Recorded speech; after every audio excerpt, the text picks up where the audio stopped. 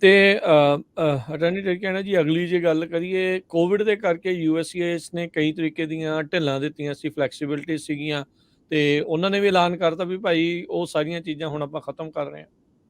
ਸੋ March 2020 ਚ ਇਹਨਾਂ ਨੇ ਸ਼ੁਰੂ ਕੀਤੀਆਂ ਸੀਗੀਆਂ, ਤੇ ਮਾਰਚ 23 ਆ ਗਿਆ, 3 ਸਾਲ ਇਹਨਾਂ ਨੇ ਫਲੈਕਸੀਬਿਲਿਟੀਆਂ ਦਿੱਤੀਆਂ। ਸੋ ਕਾਫੀ ਵੱਡਾ ਟਾਈਮ ਜਿਹੜਾ ਸੀਗਾ ਜੀ ਪੂਰਾ ਫੇਅਰ ਚੱਲੇ।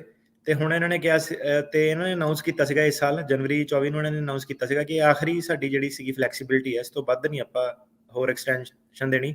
ਸੋ ਫਲੈਕਸੀਬਿਲਿਟੀ ਇਹ ਸੀਗੀ ਕਿ 60 ਦਿਨ ਦਾ ਹੋਰ ਟਾਈਮ ਜਿਹੜਾ ਡੈਡਲਾਈਨ 'ਚ ਐਡ ਹੋ ਜਾਂਦਾ ਸੀਗਾ, ਤੇ ਜਦੋਂ ਵੀ ਤੁਹਾਡੇ ਡਾਕੂਮੈਂਟ ਵਗੈਰਾ ਡਿਊ ਹੁੰਦੇ ਸੀਗੇ। ਸੋ ਹੁਣ ਇਹਨਾਂ ਨੇ ਇਹ ਕਿਹਾ ਕਿ ਹੁਣ ਜਿਹੜੀ ਡੈਡਲਾਈਨ ਉੱਤੇ ਲਿਖੀ ਆ ਉਹ ਆਨਰ ਹੋਣੀ ਚਾਹੀਦੀ ਆ ਮਾਰਚ 23 ਤੋਂ ਬਾਅਦ। ਠੀਕ ਹੈ। ਸੋ ਇਹ ਕਿਹੜੀਆਂ ਚੀਜ਼ਾਂ 'ਚ ਫਲੈਕਸੀਬਿਲਿਟੀ ਸੀ ਜਿਹੜੀ ਇਹਨਾਂ ਨੇ ਵਾਪਸ ਲੈ ਲਈ ਆ ਹੁਣੇ? ਮੋਸਟਲੀ ਤਾਂ ਇਹਦਾ ਸੀਗਾ ਰਿਕੁਐਸਟ ਫॉर ਐਵੀਡੈਂਸ, ਜਿੱਦਾਂ ਉਹਦੇ ਵਿੱਚ ਡੇਟ ਹੁੰਦੀ ਸੀ ਜਿਹੜੀ, ਠੀਕ ਹੈ, 8 ਦਿਨ ਦਾ ਜ਼ਿਆਦਾ ਟਾਈਮ ਮਿਲ ਜਾਂਦਾ ਸੀਗਾ। Notice of intent to deny 30 ਦਿਨ ਦੀ ਨਾਰਮਲੀ ਹੁੰਦੀ ਸੀਗੀ, ਉਹ 'ਚ ਟਾਈਮ ਹੋਰ ਜੁੜ ਜਾਂਦਾ ਸੀਗਾ। ਤੇ ਕੋਈ ਵੀ ਇਦਾਂ ਦੀ ਜਿਹੜੀ ਕਾਰਵਾਈ notice of intent to deny, revoke, resign, ਜਿਹਦੇ ਵਿੱਚ ਕਿ ਇਮੀਗ੍ਰੇਸ਼ਨ ਦੀ ਇੱਕ ਡੈਡਲਾਈਨ ਹੁੰਦੀ ਕਿ ਇੰਨੀ ਤਰੀਕ ਤੱਕ ਸਾਨੂੰ ਡਾਕੂਮੈਂਟ ਸਬਮਿਟ ਕਰਾਓ, ਉਹਦੇ ਵਿੱਚ ਉਹਨਾਂ ਨੇ ਵਾਧਾ ਦਿੱਤਾ ਸੀਗਾ 30 ਦਿਨਾਂ ਦਾ, 60 ਦਿਨਾਂ ਦਾ, ਇਦਾਂ ਕਰਕੇ। ਉਹ ਸਾਰੇ ਵਾਪਸ ਹੋ ਗਏ, ਨਾਰਮਲ ਟਾਈਮਸ ਦੇ ਉੱਤੇ ਪਹੁੰਚ ਗਿਆ। ਜਿਹੜੀ ਨੋਟਿਸ ਦੇ ਉੱਤੇ ਡੇਟ ਲਿਖੀ ਆ ਉਹਦੇ ਹਿਸਾਬ ਨਾਲ ਉਹਨਾਂ ਨੇ ਚੱਲਣਾ। ਠੀਕ ਹੈ। ਸੋ 23 ਮਾਰਚ ਯਾਨੀ ਕਿ 2 ਦਿਨ ਪਹਿਲਾਂ ਤੋਂ ਉਹਨਾਂ ਨੇ ਆਲਰੇਡੀ ਇਹ ਜਿਹੜੀਆਂ ਵਧਾਈਆਂ ਤਰੀਕਾਂ ਸੀ ਉਹਨਾਂ ਨੂੰ ਵਾਪਸ ਲੈ ਲਿਆ ਆ ਫਿਰ। ਠੀਕ ਹੈ। ਤੇ ਯੂਐਸਸੀਐਸ ਨੇ ਗ੍ਰੀਨ ਕਾਰਡ ਸਟੈਂਪ ਦੇ ਪ੍ਰੋਸੈਸ ਨੂੰ ਲੈ ਕੇ ਕੋਈ ਅਨਾਉਂਸਮੈਂਟ ਜਿਹੜੀ ਉਹ ਕੀਤੀ ਆ, ਇਹ ਕਿਹਨਾਂ ਦੇ ਲਈ ਮੁੱਖ ਤੌਰ ਦੇ ਉੱਤੇ ਹੈਗੀ ਆ, ਤੇ ਕੀ ਇਹਦੇ ਵਿੱਚ ਅਨਾਉਂਸਮੈਂਟ 'ਚ ਕੀ ਆ? ਇਹ ਉਹਨਾਂ ਦੇ ਲਈ ਆ ਜਿਹੜੇ ਆਲਰੇਡੀ ਗ੍ਰੀਨ ਕਾਰਡ ਹੋਲਡਰ ਆ, ਤੇ ਉਹਨਾਂ ਦਾ ਗ੍ਰੀਨ ਕਾਰਡ ਐਕਸਪਾਇਰ ਹੋ ਜਾਂਦਾ ਸੀਗਾ, I-90 ਪੈਂਡਿੰਗ ਸੀਗਾ, ਜਾਂ ਸਿਟੀਜ਼ਨਸ਼ਿਪ ਉਹਨਾਂ ਨੇ ਫਾਈਲ ਕੀਤੀ ਹੁੰਦੀ ਸੀ, ਤੇ ਗ੍ਰੀਨ ਕਾਰਡ ਮੁੱਕ ਜਾਂਦਾ ਸੀਗਾ, ਡਿਲੇ ਬਹੁਤ ਜ਼ਿਆਦਾ ਹੈਗੇ। ਤੇ ਇੱਕ ਚੱਕਰ ਰਹਿੰਦਾ ਹੈ ਕਿ ਹੁਣ ਮੈਂ ਟਰੈਵਲ ਕਰਨਾ, ਹੁਣ ਮੈਂ ਜਾਣਾ ਕਿ ਕਿੱਦਾਂ ਕਰਾਂਗੇ। ਇੰਡੀਆ ਤੋਂ ਫਲਾਈਟਾਂ ਵਾਲੇ ਬੜੇ ਪ੍ਰੋਬਲਮ ਦਿੰਦੇ ਸੀ, ਇੰਡੀਆ ਤੋਂ 에ਅਰਪੋਰਟ ਵਾਲੇ ਪ੍ਰੋਬਲਮ ਬੜੀ ਦਿੰਦੇ ਸੀਗੇ ਕਿ ਰਸੀਦ ਦੇ ਬੇਸ ਤੇ ਆਪਾਂ ਨਹੀਂ ਚੜਨ ਦੇਣਾ ਜਹਾਜ਼ ਤੇ। ਸੋ ਪਹਿਲਾਂ ਤਾਂ ਇਹ ਹੈਗਾ ਕਿ ਇੱਕ ਸਟੈਂਪ ਹੁੰਦੀ ਆ ਗ੍ਰੀਨ ਕਾਰਡ ਹੋਲਡਰ ਦੀ, 551 I-551, ਉਹਨੂੰ ਐਡਿਟ ਸਟੈਂਪ ਕਹਿੰਦੇ ਆ, alien documentation, identification and telecommunication stamp, ADIT stamp. So ਇਹ ਜਿਹੜੀ ਸਟੈਂਪ ਸੀਗੀ ਪਹਿਲਾਂ ਤਾਂ ਕੀ ਸੀਗਾ ਕਿ ਜਿਹਨੂੰ ਐਮਰਜੈਂਸੀ ਹੁੰਦੀ ਸੀ ਉਹ ਜਾਂਦਾ ਸੀਗਾ ਉੱਥੇ, ਤੇ ਫਿਜ਼ੀਕਲੀ ਜਾ ਕੇ ਅਪਾਇੰਟਮੈਂਟ ਬਣਾ ਕੇ ਫਿਰ ਸਟੈਂਪ ਮਿਲਦੀ ਸੀਗੀ, ਟਾਈਮ ਕਾਫੀ ਖਰਾਬ ਹੁੰਦਾ ਹੈਗਾ। ਤੇ ਹੁਣ ਇਹਨਾਂ ਨੇ ਜਿਹੜੇ ਚੇਂਜ ਉਹ ਕੀਤਾ ਕਿ ਕਿਉਂਕਿ ਇਹਨਾਂ ਦਾ ਵੀ ਟਾਈਮ ਬਹੁਤ ਖਰਾਬ ਹੁੰਦਾ ਸੀਗਾ, ਅਪਾਇੰਟਮੈਂਟ ਵਗੈਰਾ ਸਾਰਾ। ਸੋ ਇਹ ਕਹਿੰਦੇ ਆ ਕਿ ਆਪਾਂ ਹੁਣ ਤੁਹਾਨੂੰ ਨਾ ਮੇਲ ਰਾਹੀਂ, ਡਾਕ ਰਾਹੀਂ ਜਿਹੜੀ ਸਟੈਂਪ ਉਹ ਭੇਜ ਦੇਣੀ ਹੈ। ਤੇ ਇਹ ਜਿਹੜੀ ਸਟੈਂਪ ਆ ਇਹ ਤੁਹਾਨੂੰ ਤਾਂ ਮਿਲੂਗੀ ਕਿ ਉਦੋਂ ਮਿਲਣੀ ਹੈ ਜੇ ਤਾਂ ਤੁਹਾਡਾ ਗ੍ਰੀਨ ਕਾਰਡ ਐਕਸਪਾਇਰ ਹੋ ਗਿਆ, ਤੇ ਜਾਂ ਫਿਰ ਤੁਹਾਡੇ ਜਿਹੜੇ ਆਹ ਦੱਸਿਆ ਕਿ I-90 ਜਿਹੜਾ ਐਕਸਟੈਂਸ਼ਨ ਵਾਲਾ ਹੁੰਦਾ, ਜਾਂ ਜਿਹੜਾ 751 ਹੁੰਦਾ ਰਿਮੂਵਲ ਆਫ ਕੰਡੀਸ਼ਨ ਵਾਲਾ, ਕਿ ਜਿਹੜਾ ਵਿਆਹ ਦੇ ਬੇਸ ਤੇ 2 ਸਾਲਾ ਗ੍ਰੀਨ ਕਾਰਡ ਆ ਉਹਨੂੰ ਐਕਸਟੈਂਡ ਕਰਨ ਲਈ ਤੁਹਾਡਾ ਪੈਂਡਿੰਗ ਆ, ਜਾਂ ਸਿਟੀਜ਼ਨਸ਼ਿਪ ਐਪਲੀਕੇਸ਼ਨ ਪੈਂਡਿੰਗ ਆ। ਸੋ ਇਹ ਜੇ 2 ਸਿਨੈਰੀਓ ਤੁਹਾਡੇ ਕੋਲ ਹੈਗੇ ਆ ਕਿ ਤੁਹਾਡਾ ਗ੍ਰੀਨ ਕਾਰਡ ਐਕਸਪਾਇਰ ਹੋ ਗਿਆ, ਤਾਂ ਤੁਹਾਨੂੰ ਹੁਣ ਤੁਸੀਂ ਇਮੀਗ੍ਰੇਸ਼ਨ ਤੁਹਾਨੂੰ ਪਹਿਲਾਂ ਕਾਲ ਕਰਨੀ ਪੈਣੀ ਹੈ, ਜਿਹੜਾ ਉਹਨਾਂ ਦਾ ਕਸਟਮਰ ਸਰਵਿਸ ਸੈਂਟਰ ਹੈਗਾ, ਉੱਥੇ ਤੁਹਾਨੂੰ ਰਿਕੁਐਸਟ ਪਾਣੀ ਪੈਣੀ ਹੈ ਕਿ ਸਾਨੂੰ ਪ੍ਰੂਫ ਚਾਹੀਦਾ ਗ੍ਰੀਨ ਕਾਰਡ ਸਟੇਟਸ ਦਾ। ਸੋ ਜਿਹੜਾ ਫੋਨ ਤੇ ਜਿਹੜਾ ਇਮੀਗ੍ਰੇਸ਼ਨ ਆਫਿਸਰ ਹੋਊਗਾ ਤੁਹਾਡੀ ਆਇਡੈਂਟੀਫਿਕੇਸ਼ਨ ਵਗੈਰਾ, ਮੇਲਿੰਗ ਐਡਰੈਸ ਵਗੈਰਾ ਉਹ ਵੈਰੀਫਾਈ ਕਰੂਗਾ। ਜੇ ਤਾਂ ਉਹਨਾਂ ਦੇ ਸਿਸਟਮ ਦੇ ਨਾਲ ਮੈਚ ਕਰਦਾ, ਤੁਸੀਂ ਕਿਤੇ ਮੂਵ ਮਾਵ ਨਹੀਂ ਹੋਏ, ਤੁਹਾਡੇ ਐਡਰੈਸ ਵਗੈਰਾ ਸਾਰੇ ਮੈਚ ਕਰਦੇ ਆ, ਤੇ ਤੁਹਾਨੂੰ ਆਪਣੇ ਆਪ ਹੀ ਬਿਨਾਂ ਕੁਝ ਕੀਤੇ UPS ਰਾਹੀਂ, FedEx ਰਾਹੀਂ ਤੁਹਾਨੂੰ ਜਿਹੜਾ ਸੀਗਾ ਪ੍ਰੂਫ ਤੁਹਾਡਾ ਜਿਹੜਾ ਭੇਜ ਦੋਗੇ।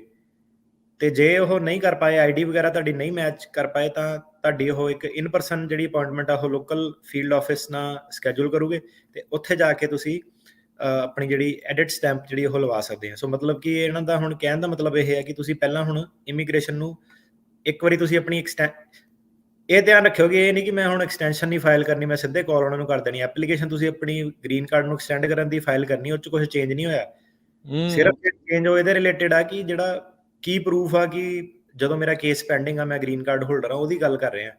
ਸੋ ਏਦਾਂ ਆਪਣੇ ਮਿਸ ਇਨਫੋਰਮੇਸ਼ਨ ਵੀ ਆਪਣੇ ਖਬਰ ਆਪਾਂ ਕੋਈ ਸੁਣਾਈ ਦੀ ਉਹਨੂੰ ਅੱਗੋਂ ਦੀ ਲੋਕੀ ਜਿਹੜੇ ਹੋਰ ਹਿਸਾਬ ਦਾ ਸਮਝ ਲੈਂਦਾ ਦੀ ਲੋੜ ਦੀ। ਤੇ ਜੇ ਉਹ ਕਹਿੰਦੇ ਕਿ ਜਦੋਂ ਤੁਸੀਂ ਆਫਿਸਰ ਨੂੰ ਕਾਲ ਕਰਦੇ ਆ, ਤੇ ਜੇ ਉਹਨਾਂ ਨੂੰ ਲੱਗਦਾ ਕਿ ਅਪਾਇੰਟਮੈਂਟ ਦੀ ਤੁਹਾਨੂੰ ਲੋੜ ਨਹੀਂ ਹੈਗੀ, ਤੇ ਤੁਹਾਡੀ ਰਿਕੁਐਸਟ ਜਿਹੜੀ ਫੋਨ ਤੇ ਉਹ ਰਿਵਿਊ ਕਰ ਲੂਗਾ, ਤੇ ਤੁਹਾਨੂੰ ਇੱਕ I-94 ਭੇਜੂਗਾ, ਉਹਦੇ ਉੱਤੇ ਐਡਿਟ ਸਟੈਂਪ ਹੋਗੀ, DHS ਦੀ ਸੀਲ ਹੋਗੀ, ਡਿਪਾਰਟਮੈਂਟ ਆਫ ਹੋਮਲੈਂਡ ਸਿਕਿਉਰਿਟੀ ਦੀ, ਤੇ ਤੁਹਾਡੀ ਇੱਕ ਫੋਟੋ ਉਹਦੇ ਉੱਤੇ ਪ੍ਰਿੰਟ ਹੋਗੀ। ਤੁਹਾਨੂੰ ਇੱਕ ਪੇਜ ਮਿਲੂਗਾ ਜਿਹਦੇ ਉੱਤੇ ਇੱਕ ਤੁਹਾਡੀ ਫੋਟੋ ਵਗੈਰਾ ਪ੍ਰਿੰਟ ਆ, ਤੇ ਤੁਹਾਨੂੰ ਉਹਦੇ ਨਾਲ ਫਿਰ ਇਹ ਹੈ ਕਿ ਇੰਡੀਆ ਜਾਂਦੇ 에ਅਰਪੋਰਟ ਵਗੈਰਾ ਤੇ ਤੁਹਾਨੂੰ ਪ੍ਰੋਬਲਮ ਨਹੀਂ ਆਣੀ, ਕਿਉਂਕਿ ਤੁਹਾਨੂੰ ਉਹਨਾਂ ਨੇ ਸਰਕਾਰੀ ਜਿਹੜਾ ਸੀਲ ਵਾਲਾ ਡਾਕੂਮੈਂਟ ਜਿਹੜਾ ਉਹ ਦੇ ਦੇਣਾ। ਤੇ ਇਹ ਤੋਂ ਇਲਾਵਾ ਉਹ ਕਹਿੰਦੇ ਆ ਕਿ USCIS ਤੁਹਾਨੂੰ ਟੈਂਪਰੇਰੀ ਸਟੈਂਪ ਵੀ ਦੇ ਸਕਦੀ ਹੈ 1 ਸਾਲ ਤੱਕ, ਜੇ ਉਹਨਾਂ ਨੂੰ ਐਡਿਟ ਲੱਗੇਗੀ ਐਡਿਟ ਸਟੈਂਪ ਦੀ ਲੋੜ ਨਹੀਂ ਕਿ ਬੰਦੇ ਨੂੰ ਕੋਈ ਐਮਰਜੈਂਸੀ ਹੈ ਜਾਂ ਕੁਛ।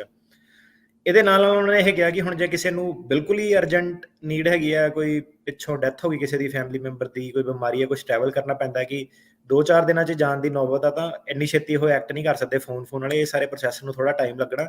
ਤੇ ਉਹ ਵਾਲੇ ਜਿਹੜੇ ਲੋਕ ਆ ਉਹਨਾਂ ਨੂੰ ਆਪਣੀ ਜਿਹੜੀ ਇਨ ਪਰਸਨ ਜਾ ਕੇ ਲੋਕਲ ਜਿਹੜਾ ਫੀਲਡ ਆਫਿਸ ਉੱਥੋਂ ਹੀ ਸਟੈਂਪ ਜਿਹੜੀ ਉਹ ਲਵਾਉਣੀ ਪੈਣੀ ਆ। ਤੇ ਇਹ ਸਾਰਾ ਕਰਨ ਦਾ ਮਕਸਦ ਉਹਨਾਂ ਦਾ ਇਹ ਸੀਗਾ ਕਿ ਸਿਸਟਮ ਉਹਨਾਂ ਦਾ ਬਹੁਤ ਜ਼ਿਆਦਾ ਬਰਡਨ ਆ, ਤੇ ਉਹ ਆਪਣੀ ਜਿਹੜੀ ਬੈਕਲੌਗ ਜਿਹੜਾ ਉੱਥੇ ਰਸ਼ ਜਿਹੜਾ ਪੈਂਦਾ ਸਟੈਂਪਿੰਗ ਸਟੂਪਿੰਗ ਦਾ, ਉਹ ਆਪਣਾ ਘਟਾਉਣਾ ਚਾਹੁੰਦੇ ਆ। ਠੀਕ ਹੈ। ਹਾਂ, ਇਹ ਆ ਵੀ ਜਿੱਦਾਂ ਤੁਸੀਂ ਦੱਸਿਆ ਵੀ ਭਾਈ ਉਹ ਚੀਜ਼ ਜਿਹੜੀ ਆ ਉਹ ਅਪਲਾਈ ਕੀਤਾ ਹੋਣਾ ਚਾਹੀਦਾ, ਫਿਰ ਹੀ ਤੁਹਾਨੂੰ ਉਸ ਦੇ ਵਿੱਚ ਮੌਕਾ ਮਿਲਣਾ। ਇਹ ਨਹੀਂ ਆ ਵੀ ਅਪਲਾਈ ਨਾ ਕੀਤਾ ਹੋਵੇ ਤੇ ਤੁਸੀਂ ਕਹੋ ਵੀ ਸਟੈਂਪ ਜਿਹੜੀ ਉਹ ਲੱਗ ਜੇ, ਉਹ ਨਹੀਂ ਹੋਣਾ ਜਿਹੜਾ ਉਹ ਕੰਮ। ਸੋ ਇਹ ਚੀਜ਼ਾਂ ਦਾ ਜਿਹੜਾ ਉਹ ਤੁਸੀਂ ਧਿਆਨ ਰੱਖਿਓ। ਸੋ ਇਹ ਸੀਗੀਆਂ ਅੱਜ ਦੀਆਂ ਕੁਝ ਜਿਹੜੀਆਂ ਖਬਰਾਂ, ਗੱਲਾਂ ਬਾਤਾਂ ਜਿਨ੍ਹਾਂ ਉੱਤੇ ਆਪਾਂ ਜਿਹੜੀ ਚਰਚਾ ਕੀਤੀ ਆ। ਨਰਦਰਨ ਬਾਰਡਰ ਦੇ ਉੱਤੇ ਵੀ ਸਿਚੁਏਸ਼ਨ ਜਿਹੜੀ ਆ ਉਹ ਚੇਂਜ ਹੋਣ ਜਾ ਰਹੀ ਆ, ਚੇਂਜ ਹੋ ਰਹੀ ਆ। ਸੋ ਹੱਥ ਜਿਹੜੇ ਉਹ ਮਿਲ ਗਏ ਆ ਹੁਣ, ਕਹਿ ਲਓ ਵੀ ਉਹਨਾਂ ਨੇ ਲਿਖਣਾ ਆ ਵੀ ਅਸਲ ਦੇ ਵਿੱਚ ਡਿਟੇਲਸ ਜਿਹੜੀਆਂ ਉਹ ਸ਼ੇਅਰ ਜਿਹੜੀਆਂ ਇਵੈਂਚੁਅਲੀ ਉਹ ਕਰਨਗੇ। ਵੀ ਜੇ ਉੱਧਰੋਂ ਵੀ ਕੋਈ ਬਾਰਡਰ ਟੱਪ ਕੇ ਇੱਧਰ ਨੂੰ ਆ ਰਿਹਾ ਆ ਤਾਂ ਕੈਨੇਡਾ ਵਿੱਚ ਵੀ ਉਸ ਦਾ ਅਸਾਈਲਮ ਅਪਲਾਈ ਰਿਜੈਕਟ ਹੋਇਆ ਹੋਣਾ ਚਾਹੀਦਾ ਆ, ਫਿਰ ਹੀ ਜਿਹੜਾ ਉੱਥੇ ਅਮਰੀਕਾ 'ਚ ਅਸਾਈਲਮ ਦੇ ਲਈ ਉਹਦੀ ਸੁਣਵਾਈ ਜਿਹੜੀ ਇੱਕ ਹਿਸਾਬ ਦੇ ਨਾਲ ਹੋਊਗੀ, ਉਹਨੂੰ ਦੇਖਿਆ ਜਾਊਗਾ। ਸੋ ਇਹ ਨਵੀਂ ਚੀਜ਼ ਜਿਹੜੀ ਉੱਧਰਲੇ ਪਾਸੇ ਵਾਪਰੀ ਆ। ਕੋਵਿਡ ਰਿਲੇਟਡ ਫਲੈਕਸੀਬਿਲਿਟੀਜ਼ ਜਿਹੜੀਆਂ ਕੀਤੀਆਂ ਸੀਗੀਆਂ USCIS ਦੇ ਦੁਆਰਾ, ਉਹਨਾਂ ਨੂੰ ਵਾਪਸ ਲੈ ਲਿਆ ਗਿਆ ਆ। ਤੇ ਜਿਨ੍ਹਾਂ ਨੂੰ ਡਿਲੇ ਹੋ ਰਹੇ ਸੀ green card stamping, green card ਜਿਹੜੇ ਉਹ ਰੀਨਿਊ ਕਰਨ ਦੇ ਵਿੱਚ, ਦੁਬਾਰਾ ਮਿਲਣ ਦੇ ਵਿੱਚ, ਉਹਦੇ ਦਰਮਿਆਨ ਜਿਹੜੇ ਆ ਰਹੇ ਸੀਗੇ, ਉਹਦੇ ਲਈ ਇੱਕ ਇਹਨਾਂ ਨੇ ਸਪੈਸ਼ਲ ਗ੍ਰੀਨ ਕਾਰਡ ਸਟੈਂਪ ਕੀਤੀ ਆ, ਤਾਂ ਜੋ ਪਤਾ ਰਵੇ ਵੀ ਤੁਸੀਂ ਗ੍ਰੀਨ ਕਾਰਡ ਹੋਲਡਰ ਵੀ ਹੈਗੇ ਆ, ਉਹ ਐਕਸਪਾਇਰ ਨਾ ਹੋਣ।